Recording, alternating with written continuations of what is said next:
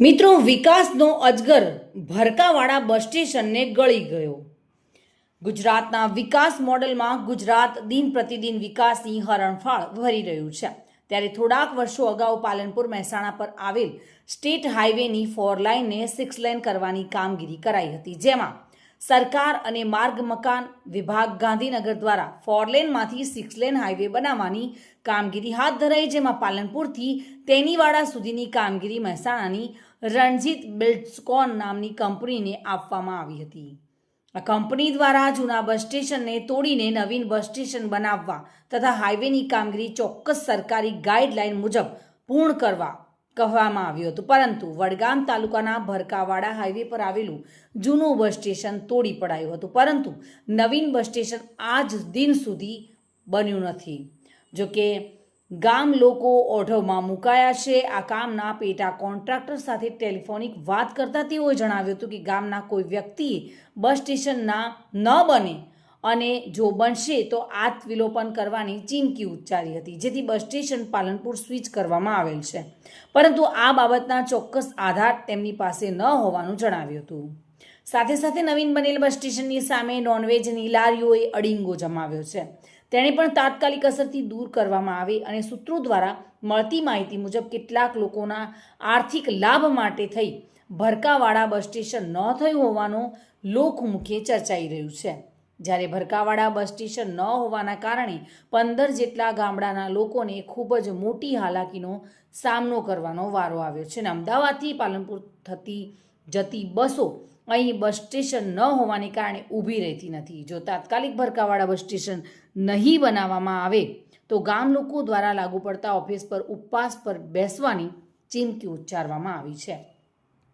ભરકાવાડા અમારું અહીંયા બનાસકાંઠા જિલ્લાનું વડગામ તાલુકાનું ભરકાવાડા પાલનપુર સિદ્ધપુર હાઈવે પર આવેલું છે, જે પાલનપુર 15 કિલોમીટર છે, સિદ્ધપુર પણ 15 કિલોમીટર છે। જ્યારે આ સ્ટેટ હાઈવે પર 4 લાઇનથી ત્યારે અમારે ભરકાવાડા પિકઅપ સ્ટેન્ડ હતું, પરંતુ 6 લાઇન બનવાના કારણે આ જે બનાવવામાં આવ્યું હતું, પરંતુ 6 લાઇન રોડ પૂરો થતો દરેક જગ્યાએ પિકઅપ સ્ટેન્ડ બનાવવામાં આવ્યો છે, પણ અમારા ભરકાવાડાને પિકઅપ સ્ટેન્ડથી વંચિત રાખવામાં આવ્યું। આ બાબતે અમે માર્ગ મકાનની કચેરીએ અસંખ્ય રજૂઆત કરવામાં આવી છે, કોઈ હેઠળ કોઈ આ પિકઅપ સ્ટેન્ડ બનાવવામાં આવ્યું નથી। અહીંયાથી લગભગ 15 થી 20 ગામના લોકો અવારનવાર સિદ્ધપુર પાલનપુર મહેસાણાની મુસાફરી કરતા હોય છે, પણ પિકઅપ સ્ટેન્ડ ન હોવાને કારણે ઘણી બધી બસો પણ ઊભી રહેતી નથી હોતી, અથવા મુસાફરને પણ ખ્યાલ નથી આવતો કે ભાઈ ભરકાવાડાનું સ્ટેન્ડ આવ્યું છે, તો સત્વરે આ પિકઅપ સ્ટેન્ડ કરવામાં આવે એ અમારી સરકાર પાસે માગણી છે। અમારી એક જ રજૂઆત છે, જ્યારે 6 લાઇન હતી 4 લાઇન હતી એટલે ભરકાવાડાનું બસ સ્ટેશન હતું, પણ જ્યારે 6 લાઇન થઈ તો આ બસ સ્ટેશન તોડી નાખવામાં આવ્યું છે। આ બસ સ્ટેશન ફરી પાછું બનાવવામાં નથી આવેલું, તો એની અમે ઉપર લેવલે રજૂઆત કરતાં અમને અધિકારી એવો જવાબ આપેલો કે ભાઈ આ બસ સ્ટેશન પાલનપુર શિફ્ટ થયેલું છે, તો કદાચ અમારું આખું ગામ પણ પાલનપુર શિફ્ટ કરી દો ને। અમારે આ બધા જે સામાજિક આગેવાનો છે દરેક ગામના, એ લોકોની નમ્ર વિનંતી છે કે અમારું બસ સ્ટેશન આ જગ્યાએ બનવું જોઈએ। અહીંયા મહેસાણાથી પાલનપુર સુધી ઘણા લોકોની અવર જવર છે, અહીંયા 15 થી 20 ગામોનો લોકોનો વ્યવહાર છે આ રોડ પરથી બસ સ્ટેશન પર આવવાનો, તો તાત્કાલિક ધોરણે અમારું બસ સ્ટેશન નહીં બનવામાં આવે તો અમે ગાંધી ચિંતા માર્ગે ત્યાં આવી અને ત્યાં ઓફિસે ધરણા કરી અને રજૂઆત કરી અમારું બસ સ્ટેશન બનાવી જલ્દીથી જલ્દી બને એવી અમારી વિનંતી। બસ સ્ટેશન ન હોવાના કારણે લોકોને ખૂબ જ તકલીફ પડે છે। વરસાદના સમયે અથવા તો અવર જવર સમયે અહીંયા ગાડીઓ પણ રોકાતી નથી કે બસ સ્ટેશન નથી એટલે લોકો કઈ જગ્યાએ બેસી શકે। તડકાના સમયે ઘણી બધી તકલીફ પડે છે। વિકાસનો અજગર ભરકાવાડા બસ સ્ટેશન ગળી ગયો। આવા જ એક મુદ્દા સાથે આપણે ભરકાવાડાના જે હાઈવે છે એને પણ ઊભા છીએ। ત્યારે 4 લેન હતો, ત્યારે અહીં બસ સ્ટેશન હતું, બસ સ્ટેશન હોવાના કારણે કેટલીક લોકલ બસો અને એક્સપ્રેસ બસો પણ અહીંયા રોકાતી હતી।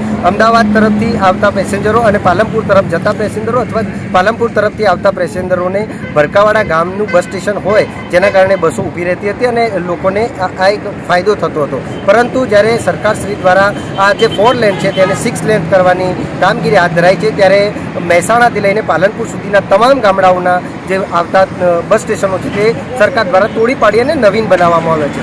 પરંતુ કઈક કારણોસર જે ભરકાવાડાનું બસ સ્ટેશન હતું તે તોડી પડાયું હતું, પરંતુ હજુ સુધી 3-1 વર્ષ વીતવા છતાં પણ હજુ ભરકાવાડાનું બસ સ્ટેશન નવીન બનેલ નથી. આ બાબતે રણજીત બિલ્ડકોન કરીને મહેસાણાની જે કંપની છે તે કામ કરી રહી હતી અને એમના પેટા કોન્ટ્રાક્ટર તરીકે પાલનપુરના દેવેન્દ્રભાઈ પટેલ કરીને એક કોન્ટ્રાક્ટર હતા. એમની સાથે ટેલિફોનિક વાત થઈ. એમાં એમનું સ્પષ્ટ કહેવું એવું છે કે ભરકાવાડા ગામના કોઈક વ્યક્તિએ આત્મવિલોપનની ચીમકી આપી હતી બસ સ્ટેશન ન બને એના માટે થઈ, પરંતુ આવી કોઈ નોંધ એમની પાસે કે એમના આધારભૂત કાગળ એમની પાસે નથી એવું તેમને સ્પષ્ટપણે સ્વીકાર્યું હતું. હવે પ્રશ્ન એ છે કે ભરકાવાડા ગામનું બસ સ્ટેશન બને અથવા ન બને તો ગામના કયા લોકોને ફાયદો થઈ શકે. એટલે આ માત્ર એક તર્ક ઊભું કરાવવામાં આવ્યું હોય અને સાથે સાથે જે ભરકાવાડાની જગ્યાએ ભરખાવાડા એવો પણ શબ્દ ઉલ્લેખવામાં આવ્યો હતો ને આ બાબતે ભારતીય જનતા પાર્ટીના નેતાએ પણ અવાજ ઉઠાવ્યો હતો. કેમેરા પર્સન રાજુ પટેલ સાથે પ્રદીપ પરમાર, ટુડે ન્યૂઝ, વડગાંવ.